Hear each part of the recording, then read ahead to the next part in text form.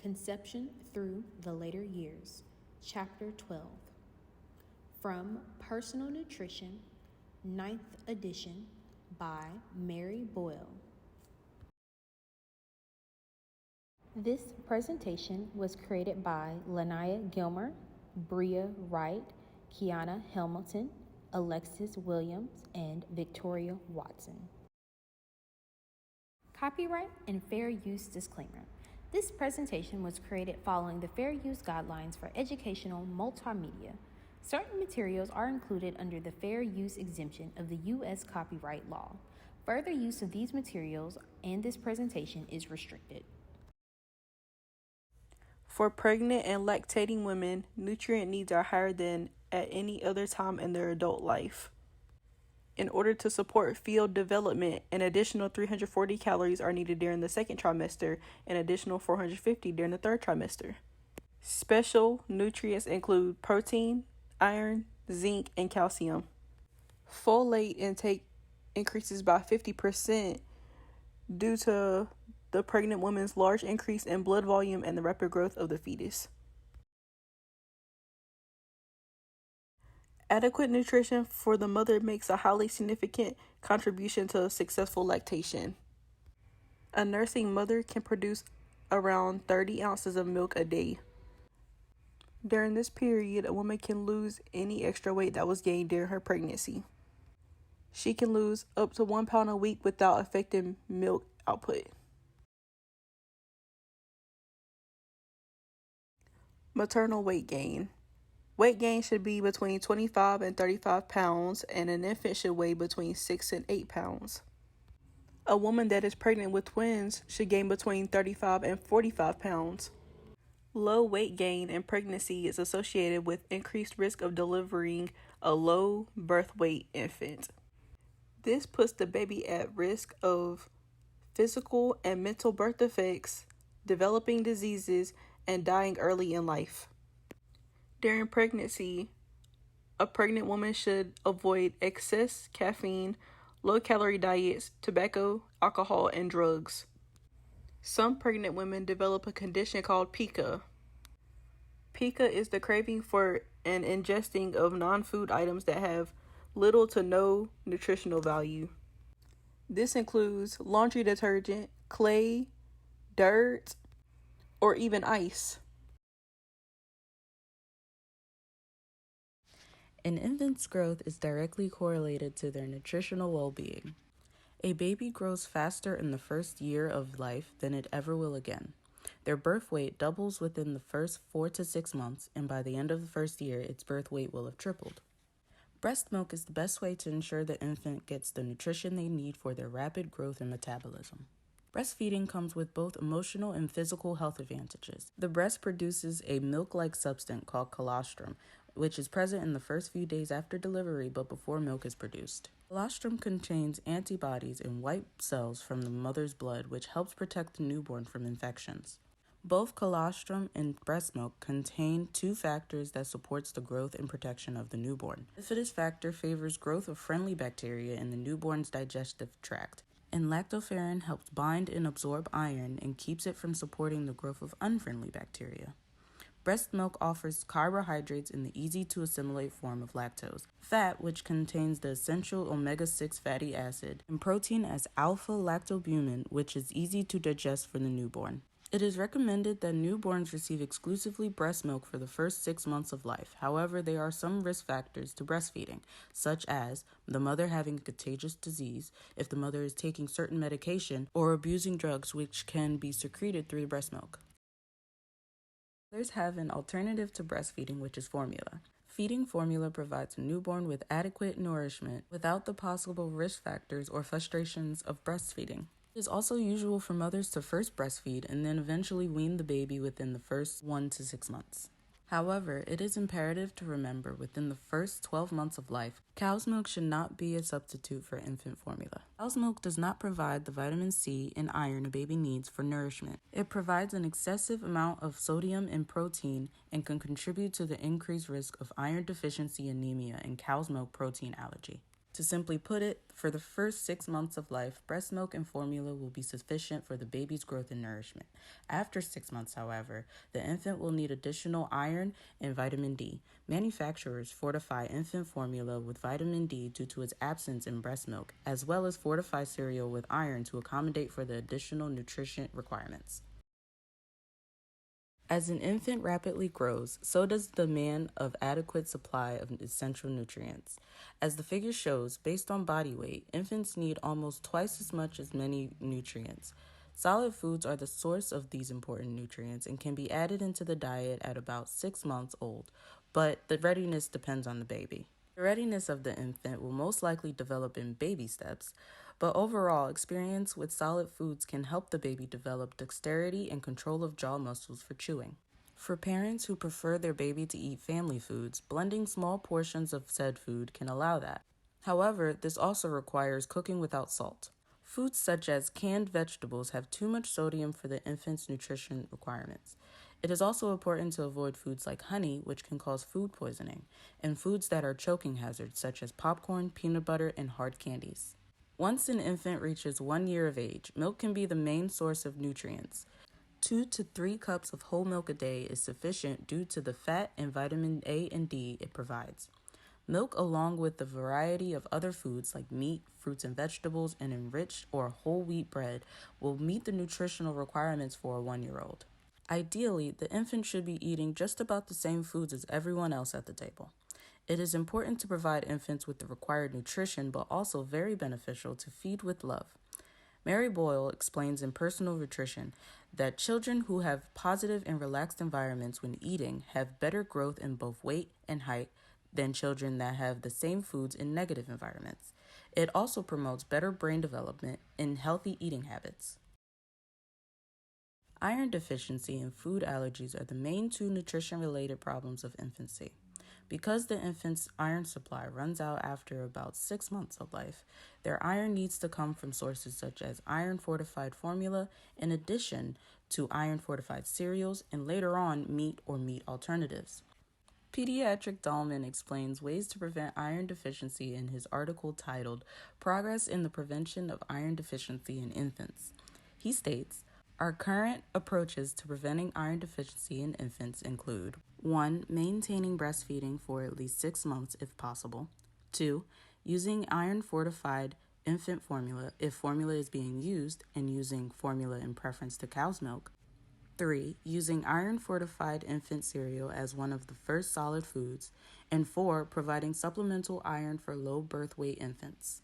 Food allergies are mainly due to genetics, but infants can be tested for identification. Breast milk is recommended for infants who are allergic to cow's milk, goat's milk, and soy milk proteins. To reduce the risk of allergic reactions to foods, new foods should be introduced one at a time.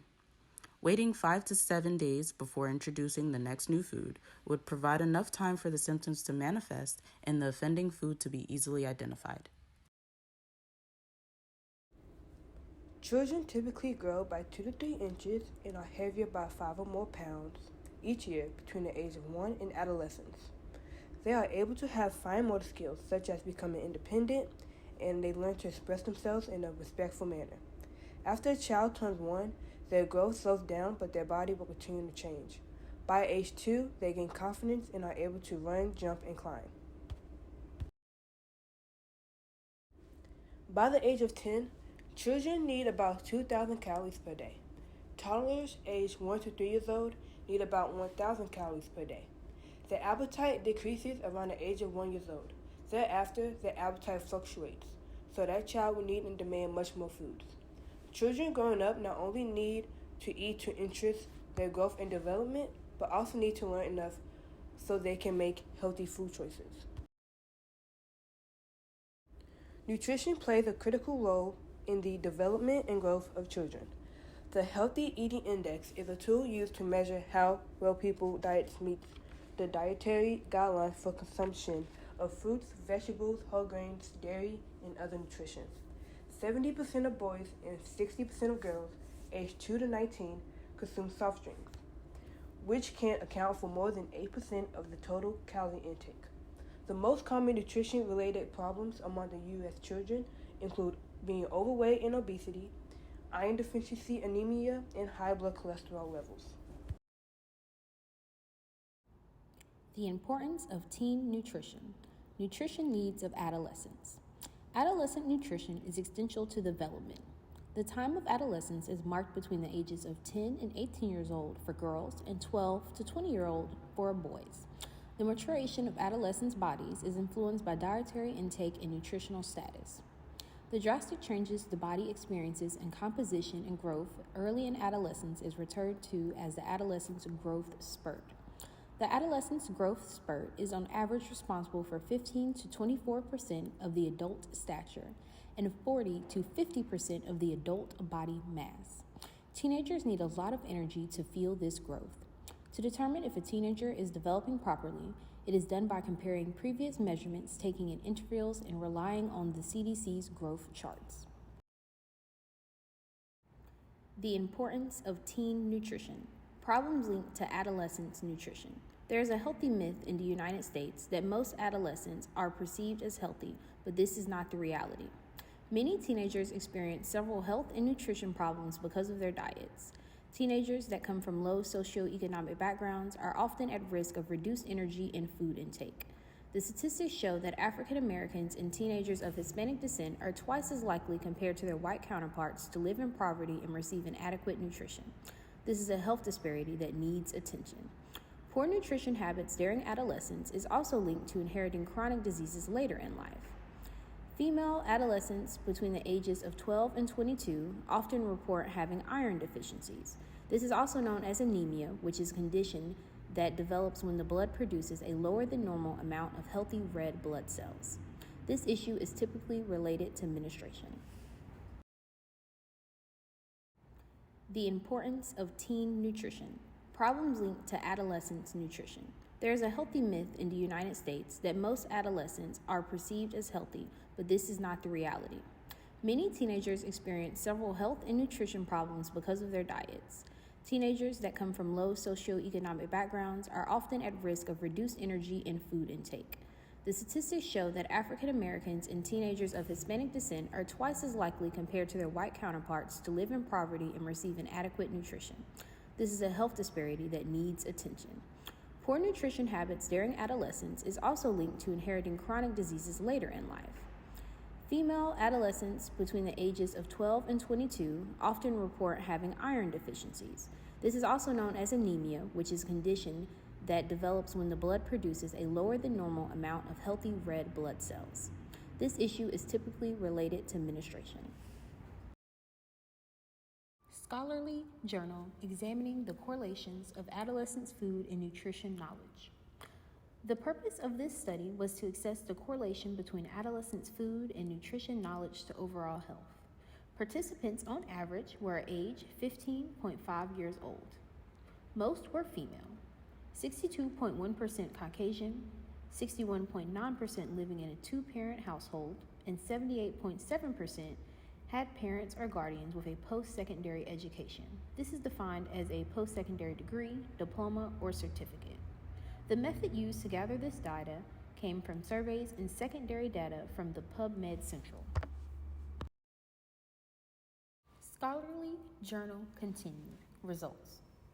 The average total score of overall food and nutrition knowledge surveys was 54.6%, while the average subscores were 59.8% for food knowledge and nutrition knowledge respectively. Students self-reported preparing or helping to prepare dinner on average 2.8% of the times. Additionally, students reported that their families ate dinner together at a median of 5.0. Sex was not significant in the regression models of food nutrition on the total knowledge scores. Adolescents who identified as visibly minority scored lower on food nutrition and total knowledge scores than their Caucasian counterparts. In conclusion, the results from this study may suggest that the current food and nutrition education offered within the school setting is inadequate. Findings showed that food and nutrition knowledge only increased by 1% for every 1 year, an increase in adolescents' age. These findings may help bring awareness to the need for mandatory food and nutrition courses, which would empower adolescents and provide them with the opportunity to enhance their knowledge and skills related to food literacy. Research have encouraged policymakers to implement mandatory food and nutrition curriculum in the school setting as in a population-level intervention to combat the decline in food literacy and improve diet and related health outcomes. Nutrition later in life. The life expectancy in the United States averages at 78 years old. Men typically live to 76, while women typically live to 81 years old. Aging has become known as a natural process programmed into our genes at conception. To promote healthy aging, we have the ability to adapt healthy lifestyle habits. The most common are healthy diet, exercising, and monitoring work environments to ensure that we are in safe spaces. Doing all of these things can postpone developing disease and can prolong life. Americans living longer is a new trend. In 2000, people aged 65 and over accounted for 12.4% of the population. This number is expected to increase by 2040. The number of people 65 and older is expected to triple from 25.5 million in 1990 to 80.8 million in 2040. The baby boom that took place between 1946 and 1964 has attributed to much of this advancement. Though cardiovascular disease is a leading cause of death today, following the 1960s, there has been a decline in the number of people who pass due to heart disease. Because many are more knowledgeable about these risk factors, they try to avoid them. Nutrition later in life continued. The importance of a balanced diet that includes a variety of nutrient-dense foods to meet the changing nutritional needs of older adults is essential. There is an emphasis on the need for an increased intake of certain nutrients such as protein, fiber, calcium, vitamin D, and vitamin B12. Only 13% of the population aged 45 to 65 years old consume a good diet. The rest of this demographic has a heightened risk of developing chronic health issues. There is an importance of maintaining a healthy weight and engaging in regular physical activity to promote overall health and well-being in older adults. Common health issues related to nutrition later in life are malnourishment, dehydration, and chronic disease. To promote healthy living, an ongoing monitoring of nutritional status is needed to ensure that older adults are meeting their nutrition needs. Nutrition later in life continued. The impact of aging on nutrition needs. There are various nutrition-related problems that older adults may face. One such problem is the decline in the functional capacity, which refers to the ability of the body to perform physical activities. This decline can lead to a reduction in the ability to eat, swallow, and digest food, which can cause malnourishment. Another issue that can affect nutrition in older adults is sensory impairment, such as a loss in taste and smell. This can lead to a decreased appetite, as some foods may be less enjoyable. Chronic illnesses are also common in older adults and can have a significant impact on nutrition. Chronic illnesses such as diabetes, heart disease, and kidney disease can affect the body's ability to process nutrients, leading to malnourishment.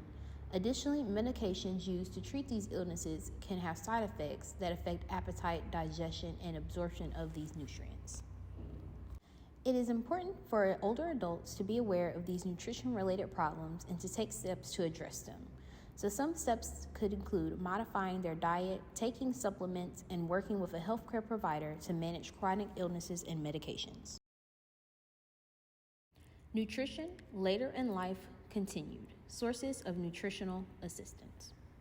Financial resources, living arrangement, and social support networks, including the availability of caregivers, directly affects older adults' ability to receive proper nutrition.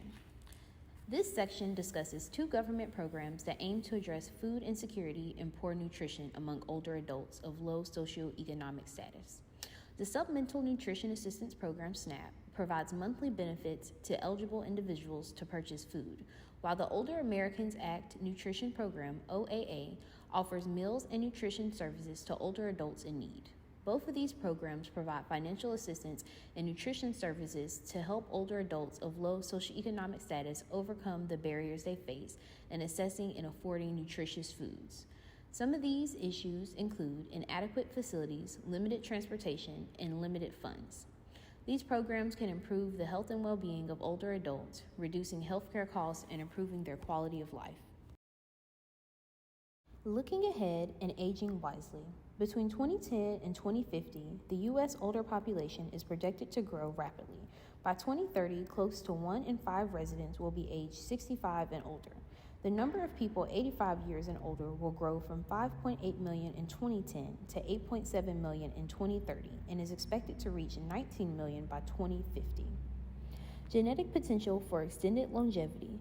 Some persons seem to have inherited and reduced stability to degenerate diseases. There is a continued desire for new knowledge and new experiences. Some studies suggest that active minds ever involved in learning new things may be more resistant to decline. Socialization, intimacy, and family integrity.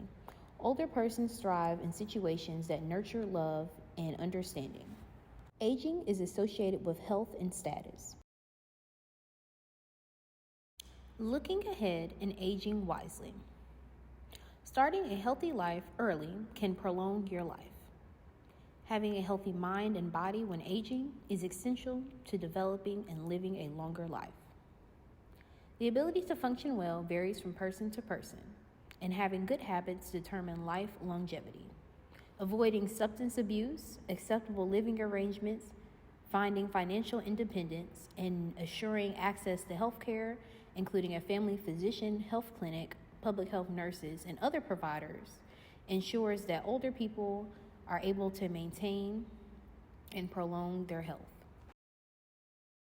Looking ahead and aging wisely. There are several factors that attribute to adults' ability to age wisely. There are lifestyle advantages. Some have biological advantages that extend longevity, and others express a continued desire for new knowledge and new experiences. Some adults remain social, intimate, and build families to help them with this. The Aging Well Pyramid is a visual representation of a holistic approach to healthy aging.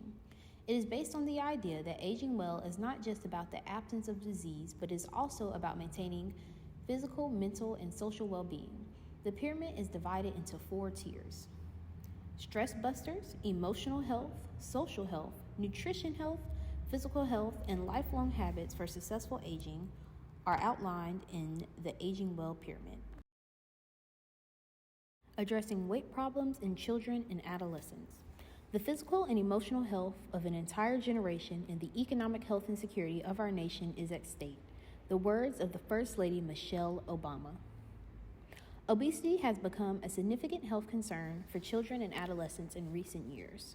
With rates steadily increasing, the health status of children and adolescents in the United States has been negatively impacted by the rise in obesity, with associated health problems such as diabetes, high blood pressure, and heart disease becoming more prevalent. The BMI is used to determine if adolescence is healthy or not. Overweight is defined as a BMI at or above the 85th percentile and lower than the 95th percentile. Obesity is defined as BMI at or above the 95th percentile of children with the same age and sex. The causes of these problems are multifaceted, including genetic, environmental, behavioral factors. Sedentary lifestyles, poor dietary habits, and limited access to healthy food options are some of the factors contributing to the obesity epidemic. Addressing these issues require a multifaceted approach, including education behavior, modification, and policy change to promote healthy eating and active lifestyles among young people. Addressing weight problems in children and adolescent years. The media plays a significant role in how children view food. Children spend a large amount of their leisure time using various medias such as televisions, video games, computers, cell phones, and several social media apps. 12 to 17-year-olds view 16 food ads per day, while young children view 2 to 11 ads per day. The majority of these advertisements promote foods and beverages such as candies, fast foods, snacks, soft drinks, and sweetened breakfast stuff that is extremely unhealthy. There are some tips to help parents address these issues.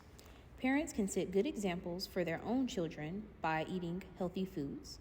They can discourage children from eating while watching TV. They can also encourage their children to eat meals together as a family. and they can encourage children to listen to their bodies and know when to stop eating. The school also plays a role in adolescents' nutrition. The school board created a national school lunch program that has been modified and is updated regularly to make sure it meets all of the nutritional and dietary needs that adolescence requires. Childhood obesity can be prevented with intentional focus on energy, balance, and calories. Playing and participating in physical activity